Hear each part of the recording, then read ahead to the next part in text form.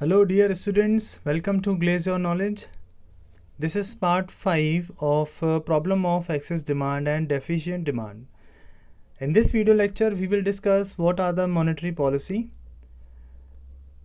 and how these policy will help to correct the situation of excess demand and deficient demand in the economy. Right, so if you are visiting first time in this channel, so please subscribe the channel for the latest videos. चलिए तो शुरू करते हैं आज का हमारा topic. चलिए सबसे पहले हम समझेंगे कि मॉनेटरी पॉलिसी क्या होती है। देखिए, तो मॉनेटरी पॉलिसी वो पॉलिसी होती है जो आरबीआई के थ्रू रिलीज़ की जाती है अगर इकोनॉमी में एक्सेस डिमांड है या फिर डेफिशिएंट डिमांड है। अगर इन दोनों में से कोई भी सिचुएशन यदि है हमारे इकोनॉमी में, तो इन दोनों सिचुएशन को करेक्ट करने के लिए आरबीआई जो पॉलिसीज़ रिलीज़ करती है उन पॉलिसीज़ को मॉनेटरी पॉलिसी कहा जाता है। चलिए तो स्टार्ट करते हैं। देखिए, अभी यहाँ पर एक्सेस डिमांड के बारे में बताया गया है, मैं इसी में आपको डेफिशिएंट डिमांड का भी एग्जांपल देते जाऊँगा, राइट, क्योंकि डेफिशिएंट डिमांड में एक्सेस डिमांड का बिल्कुल ऑपोजिट रहेगा। ठीक है, चलिए शुरू करते हैं। सबसे फर्स्ट जो हमारे पास में मेजर है by the RBI, that is bank rate and repo rate are raised by the RBI. देखिए क्या होगा, अगर किसी इकोनॉमी में डिमांड जो है वो अगर एक्सेस है सप्लाई के, तो ऐसे केस में आरबीआई क्या करेगा, बैंक रेट को और रेपो रेट को क्या करेगा, आरबीआई बढ़ा देगा। वहीं पर अगर मान लीजिए कि डिमांड जो है वो कम है और सप्लाई ज़्यादा है, तो ऐसे केस में इसका रिवर्स हो जाएगा, मतलब बैंक रेट और रेपो रेट को कम कर दिया जाएगा अगर डेफिशिएंट डिमांड जैसी सिचुएशन है तो। राइट, तो चलिए हम पहले समझते हैं कि what is bank rate and repo rate. So देखिए, बैंक रेट क्या होता है पहले हम ये समझते हैं और किस तरह से ये एक्सेस डिमांड या डेफिशिएंट डिमांड जैसी सिचुएशन को करेक्ट करने में हेल्प करेगा। राइट, सबसे पहले अगर हम बात करते हैं बैंक रेट, तो बैंक रेट वो रेट है जिस रेट पे आरबीआई क्या करता है, कमर्शियल बैंकों को लोन देता है, जिस रेट ऑफ इंटरेस्ट पे। राइट, तो अब क्या होगा, मान लीजिए कि अगर डेफिशिएंट डिमांड है तो आरबीआई क्या करेगा, इस रेट को कम कर देगा। कम करने से क्या फ़ायदा होगा कि कमर्शियल बैंकों को इंटरेस्ट कम देना पड़ेगा आरबीआई को। तो ऐसे केस में क्या होगा कि जब कमर्शियल बैंक लोन जब देंगे पब्लिक को, तो यहाँ पर लोन की जो कॉस्टिंग आएगी वो भी कम रहेगी, तो ज़्यादा से ज़्यादा लोग क्या करेंगे, लोन लेंगे। लोन अगर लेंगे तो उनके पास में मनी का फ़्लो आ जाएगा। अगर मनी का फ़्लो आ जाएगा तो वो क्या करेंगे, डिमांड करेंगे। तो ऐसे केस में क्या होगा, डिमांड ऊपर आ जाएगी। तो डेफिशिएंट डिमांड जैसी सिचुएशन को इस तरह से ठीक किया जा सकता है। वहीं पर अगर हम एक्सेस डिमांड पढ़ेंगे तो एक्सेस डिमांड में यही रेट क्या करेगा, आरबीआई बढ़ा देगा। चलिए इसको भी हम देख लेते हैं।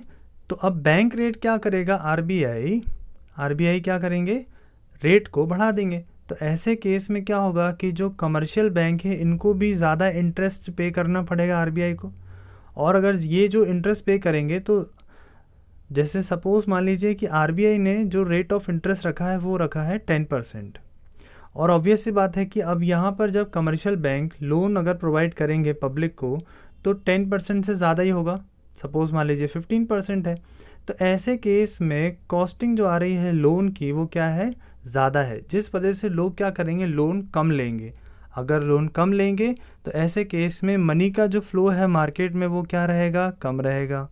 कम रहने से क्या होगा, डिमांड भी कम हो जाएगी। तो ऐसे केस में क्या होगा कि जो एक्सेस डिमांड जैसी सिचुएशन है उसको इस तरीके से सही किया जा सकता है। आई होप आप समझ गए होंगे। ओके, नाउ रेपो रेट में क्या होगा कि रेपो रेट में भी सेम चीज़ होने वाली है। आई होप आप समझ गए होंगे। देखेंगे अब कि नेक्स्ट मेजर में क्या हुआ है। Reverse repo rate is raised by the RBI. देखिए, अगर एक्सेस डिमांड जैसी कंडीशन है तो आरबीआई क्या करेंगे, रिवर्स रेपो रेट को बढ़ा देंगे। लेकिन अगर डेफिशिएंट डिमांड है तो ऐसे केस में रिवर्स रेपो रेट को कम कर दिया जाता है। अब देखिए इससे क्या इम्पैक्ट पड़ने वाला है वो हम समझते हैं। सबसे पहले आपको पता होना चाहिए कि रिवर्स रेपो रेट क्या होता है। तो मैं आपको बता दूं कि रिवर्स रेपो रेट वो रेट होता है जिस रेट पर आरबीआई जो होती है वो क्या करती है, कमर्शियल बैंक से लोन लेती है। इसमें क्या होगा, उल्टा हो जाएगा, राइट। कमर्शियल बैंक का जो पैसा है अब वो कहाँ जा रहा है, आरबीआई के पास में जा रहा है। आरबीआई ने क्या किया है, कमर्शियल बैंकों का पैसा अपने पास बुला लिया है। अब ऐसे में क्या होगा, मान लीजिए कि मार्केट में बहुत ही ज़्यादा एक्सेस डिमांड जैसी सिचुएशन है, तो ऐसे केस में क्या होगा कि आरबीआई क्या करेगा, रिवर्स रेपो रेट को बढ़ा देगा। तो ऐसे केस में ये होगा कि बहुत सारा जो कमर्शियल बैंकों का जो पैसा है वो आरबीआई के पास डिपॉजिट होने लगेगा, क्योंकि उनको दिख रहा है कि हमें आरबीआई से ज़्यादा रेट ऑफ इंटरेस्ट मिल रहा है। इसीलिए वो क्या करेंगे, लोन पे पैसा ना देने की बजाय क्या करेंगे, वो आरबीआई के पास में जमा कर देंगे। आई होप आप समझ गए होंगे। तो जो इकोनॉमी में जो मनी का फ्लो है वो ज़्यादा से ज़्यादा कहाँ जाके डिपॉजिट हो जाएगा, आरबीआई के पास में डिपॉजिट हो जाएगा, जिसकी वजह से लोन अवेलेबल नहीं होगा मार्केट में। तो लोन यदि अवेलेबल नहीं होगा तो मनी नहीं सप्लाई होगा मार्केट में, जिसकी वजह से डिमांड जो है वो नीचे आ जाएगी, अगर एक्सेस डिमांड है तो। इसी का रिवर्स क्या होगा कि रिवर्स रेपो रेट को क्या कर दिया जाएगा, घटा दिया जाएगा, कम कर दिया जाएगा। तो ऐसे केस में अगर कम हो रहा है तो कमर्शियल बैंकों को जो रेट ऑफ इंटरेस्ट आरबीआई से मिलेगा वो कम रहेगा। तो कमर्शियल बैंक क्या करेंगे, आरबीआई में पैसा डिपॉजिट ना करके वो क्या करेंगे, पब्लिक को लोन ऑफ़र करेंगे, राइट। तो अगर लोन ऑफ़र करेंगे तो क्या होगा, पब्लिक के पास में मनी का फ़्लो आ जाएगा। मनी का फ़्लो आने से क्या होगा कि पब्लिक क्या करेगी, डिमांड करना स्टार्ट करेगी। तो ऐसे केस में क्या होगा कि जो डेफिशिएंट डिमांड है वो ऊपर आ जाएगा और हमारे एग्रीगेट सप्लाई के बराबर आ जाएगा। तो इस तरह से क्या किया जाता है, इन सारी चीज़ों को करेक्ट किया जा सकता है। Now let us move on to the next major, that is pursuing the policy of open market operation. अब देखिए इसमें क्या कहा जा रहा है कि ओपन मार्केट ऑपरेशन, तो पहले आप ये समझिए कि ये क्या है। तो ओपन मार्केट ऑपरेशंस वो होता है जिसमें कि सिक्योरिटीज़ जो होती हैं वो सेल की जाती हैं या फिर परचेज़ की जाती हैं आरबीआई के through on behalf of government. तो यही जैसे कि मान लीजिए कि जो नेशनल सेविंग सर्टिफिकेट्स हो गए, इस तरह की जो चीज़ें होती है इन्हीं को क्या कहा जाता है, सिक्योरिटीज़। तो आरबीआई क्या करता है ऑन बिहाफ ऑफ गवर्नमेंट, इन सारी सिक्योरिटीज़ को या तो वो ख़रीदेगा या तो फिर वो बेच देगा। तो इसका इम्पैक्ट इसमें क्या होगा वो हम समझेंगे। तो देखिए अगर मार्केट में एक्सेस डिमांड है, राइट, अगर मार्केट में क्या है, एक्सेस डिमांड जैसी सिचुएशन है, लोग बहुत ज़्यादा क्या कर रहे हैं, डिमांड कर रहे हैं, क्योंकि पब्लिक के पास में पैसा बहुत है। तो आरबीआई क्या करेगा, अपनी सिक्योरिटीज़ को क्या करेगा, बेच देगा। सिक्योरिटी को बेचने से क्या होगा कि बहुत सारा जो पैसा है वो क्या होगा, मार्केट से कहाँ पहुँच जाएगा, आरबीआई के पास में आ जाएगा। तो ऐसे केस में क्या होगा कि मार्केट में मनी का फ्लो रिड्यूस हो जाएगा, जिसकी वजह से लिक्विडिटी कम हो जाएगी। कम आने से क्या होगा कि लोग डिमांड नहीं कर पाएंगे, जिसकी वजह से डिमांड जो है वो ऑटोमेटिक नीचे आ जाएगा और हमारे एग्रीगेट सप्लाई के बराबर आ जाएगा। तो ये रही किसकी बात, एक्सेस डिमांड की। अगर यहीं पर अगर हम देखें कि डेफिशिएंट डिमांड है तो क्या करना होगा, ऐसे केस में अब क्या करेगा आरबीआई कि इन्हीं सिक्योरिटीज़ को क्या करेगा, ख़रीद लेगा। ख़रीदने से क्या होगा, सिक्योरिटी चली जाएगी आरबीआई के पास में और मनी जो आ जाएगा वो मार्केट में आ जाएगा।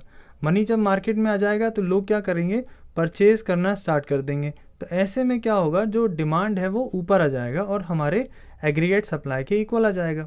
तो ये एक बहुत बड़ा इम्पैक्ट पड़ता है इन सारी चीज़ों का। Now let us move on to the next measures, that is CRR। So CRR means होता है कैश रिजर्व रेशो। अब देखिए सबसे पहले आपको ये पता होना चाहिए कि कैश रिजर्व रेशो क्या होता है। तो देखिए क्या होता है कि जो आरबीआई होता है ना, आरबीआई क्या करते हैं कि जितने भी कमर्शियल बैंक होते हैं उनका टोटल डिपॉजिट जितना भी होता है कमर्शियल बैंकों का, उसका कुछ परसेंटेज आरबीआई क्या करता है, अपने पास डिपॉजिट कर लेता है। मिनिमम परसेंटेज जो होता है वो क्या करते हैं आरबीआई, उन बैंकों का डिपॉजिट रख लेते हैं अपने पास में। तो ऐसे केस में आप समझिए कि अगर मान लीजिए कि हमारे यहाँ पर जो डिमांड है वो है एक्सेस डिमांड जैसी सिचुएशन है, तो अब क्या होगा, डिमांड बहुत ज़्यादा आ रही है, मतलब क्या हो रहा है, लोगों के पास में बहुत पैसा है। तो इस केस में क्या होगा कि जो CRR है वो RBI क्या करेगा, बढ़ा देगा, मतलब कहेगा कि और आप हमारे पास परसेंटेज को और डिपॉजिट करिए, जिसके कारण क्या होगा कि जो कमर्शियल बैंक है उसके पास में मनी कम रहेगा। देन अगर मान लीजिए कि हमारा जो एग्रीगेट डिमांड है वो कम है एग्रीगेट सप्लाई से, तो ऐसे केस में जो CRR होगा ये क्या हो जाएगा, ये कम हो जाएगा। मतलब क्या होगा कि जो कमर्शियल बैंक हैं उनका जो डिपॉजिट है वो RBI के पास कम रहेगा, मतलब इनके पास में लोन देने के लिए मनी जो रहेगा वो अवेलेबल होगा। तो क्या होगा, पब्लिक बहुत ज़्यादा क्या करेगी, लोन लेगी। तो जो कमर्शियल बैंक हैं वो क्या करेंगे, लोन ऑफ़र करेंगे बहुत ज़्यादा पब्लिक को। तो ऐसे केस में क्या होगा कि जो एग्रीगेट डिमांड है वो ऊपर आ जाएगा और हमारे एग्रीगेट सप्लाई के बराबर आ जाएगा। चलिए अब हम आगे बढ़ेंगे, दैट इज़ SLR। तो SLR का मतलब क्या होता है, स्टैट्यूटरी लिक्विडिटी रेशो। तो इसका मतलब ये होता है कि जितनी भी बैंक होती है उनका जितना भी क्या होता है, टोटल एसेट्स होते हैं, क्या होते हैं, जो टोटल एसेट्स जो होते हैं, इन एसेट्स का कुछ फिक्स्ड परसेंटेज इनको हमेशा लिक्विड एसेट के स्टेट में रखना होगा। जैसे कि मान लीजिए क्या है वो लिक्विड स्टेट, कैश, ठीक है। जितना भी बैंक का टोटल एसेट है उसमें कुछ परसेंटेज इनको लिक्विड स्टेट में रखना होगा, दैट इज़ कैश हो गया, राइट। और जैसे मान लीजिए कि गोल्ड हो गया, तो ये जो होते हैं ये क्या है, लिक्विड होता है। इसी को हम क्या बोलते हैं, लिक्विडिटी रेशो। तो जो भी परसेंटेज RBI फिक्स करता है कि आपको अपने बैंक का जो एसेट है उसके इतने परसेंट आपको, मान लीजिए 10% बोल दिया, तो 10% आपको क्या करना होगा, अपनी टोटल एसेट्स में से इस 10% को या तो कैश के फॉर्म में रखना होगा या तो गोल्ड के फॉर्म में रखना ही होगा अपने पास में, राइट। इसका आप और कोई यूज़ नहीं कर सकते। तो ऐसे केस में क्या होगा कि ये जो 10% है इसी को क्या कहते हैं, स्टैट्यूटरी लिक्विडिटी रेशो।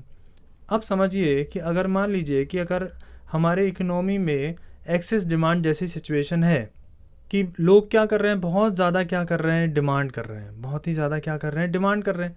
तो क्यों डिमांड कर रहे हैं, क्योंकि मार्केट में मनी का फ्लो ज़्यादा है। तो अब RBI क्या करेगा, SLR रेट को क्या करेगा, इंक्रीज़ कर देगा। तो जैसे कि मान लीजिए आपको अपनी टोटल एसेट का 10% जो है वो लिक्विड फॉर्म में रखना है, तो अब वो बढ़ा के बोल देगा कि अब आपको 20% रखना है।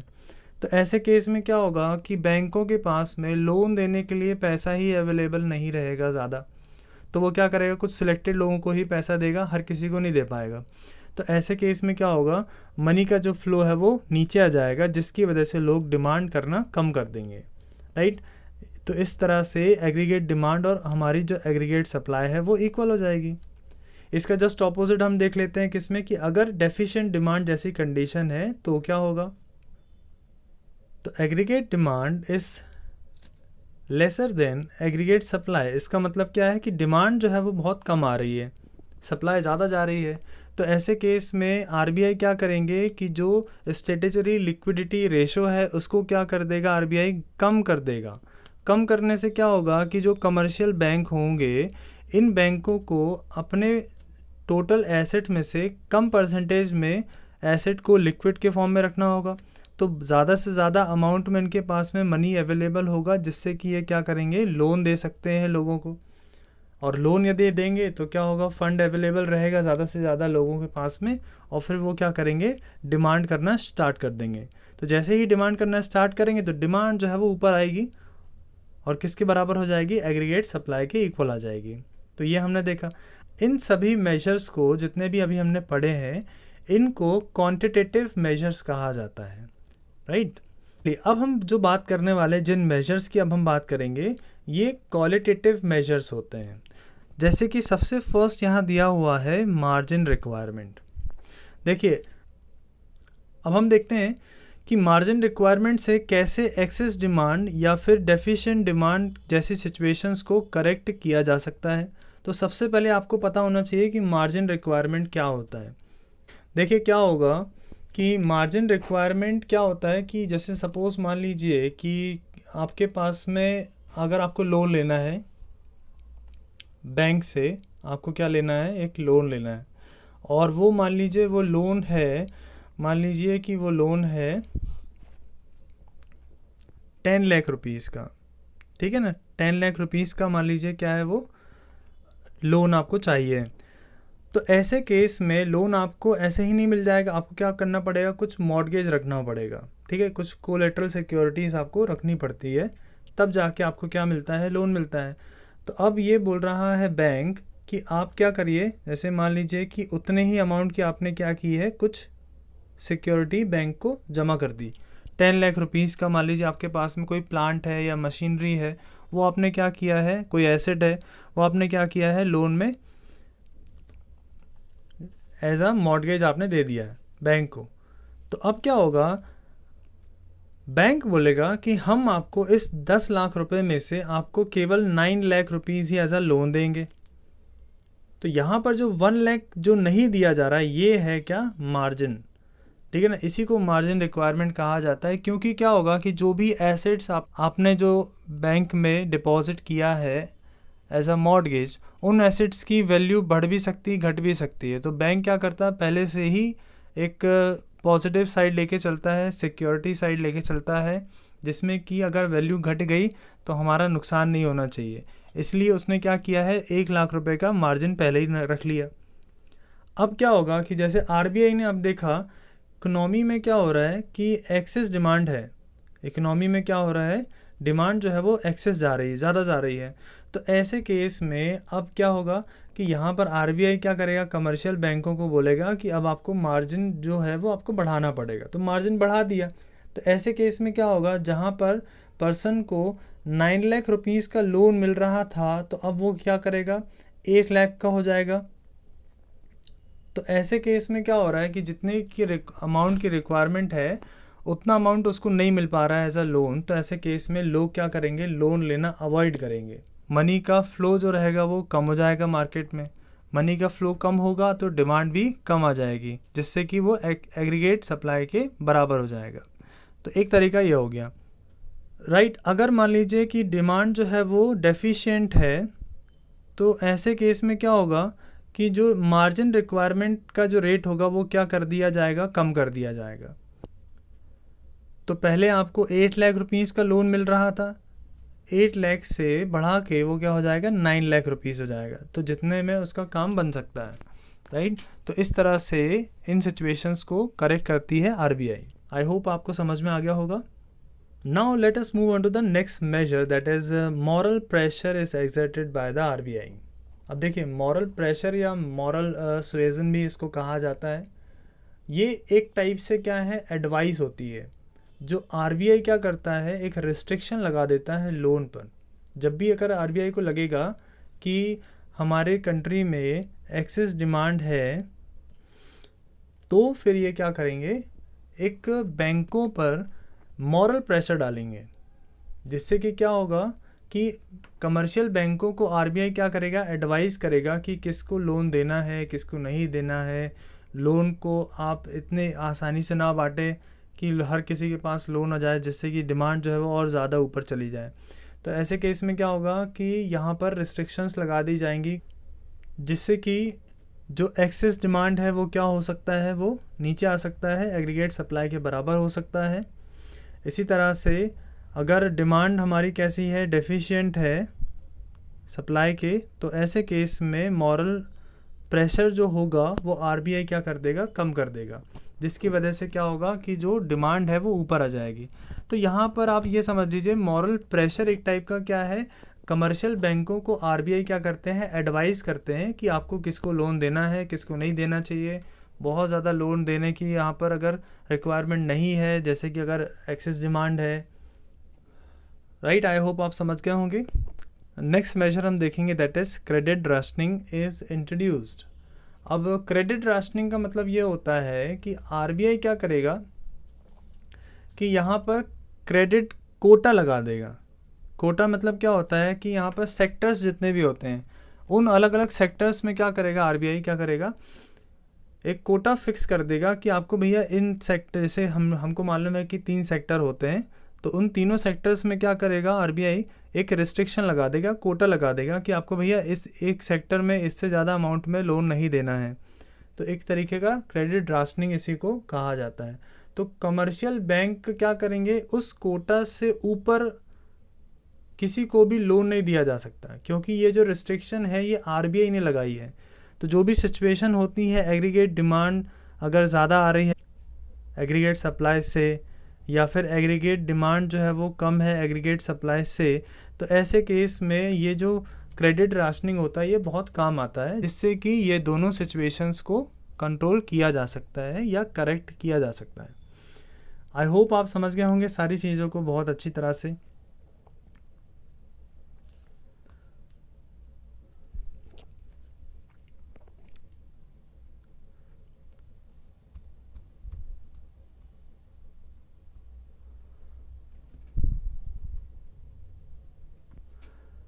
तो हमने देख लिया है what are the monetary policies. तो इस तरह से RBI deficient demand and excess demand जैसी सिचुएशंस को करेक्ट करते हैं। चलिए, तो इस वीडियो में इतना ही है। यहाँ पर हमारा जो चैप्टर है वो पूरा कंप्लीट हो चुका है। अगर आपको कोई भी डाउट है, आपकी क्वेरीज़ हैं, तो आप कमेंट बॉक्स में मुझे पूछ सकते हैं। चलिए, मिलते हैं नेक्स्ट वीडियो में। और अगर आपको वीडियो अच्छा लगा तो इसको लाइक करिए, शेयर करिए और चैनल को ज़रूर सब्सक्राइब करिए। Thank you so much.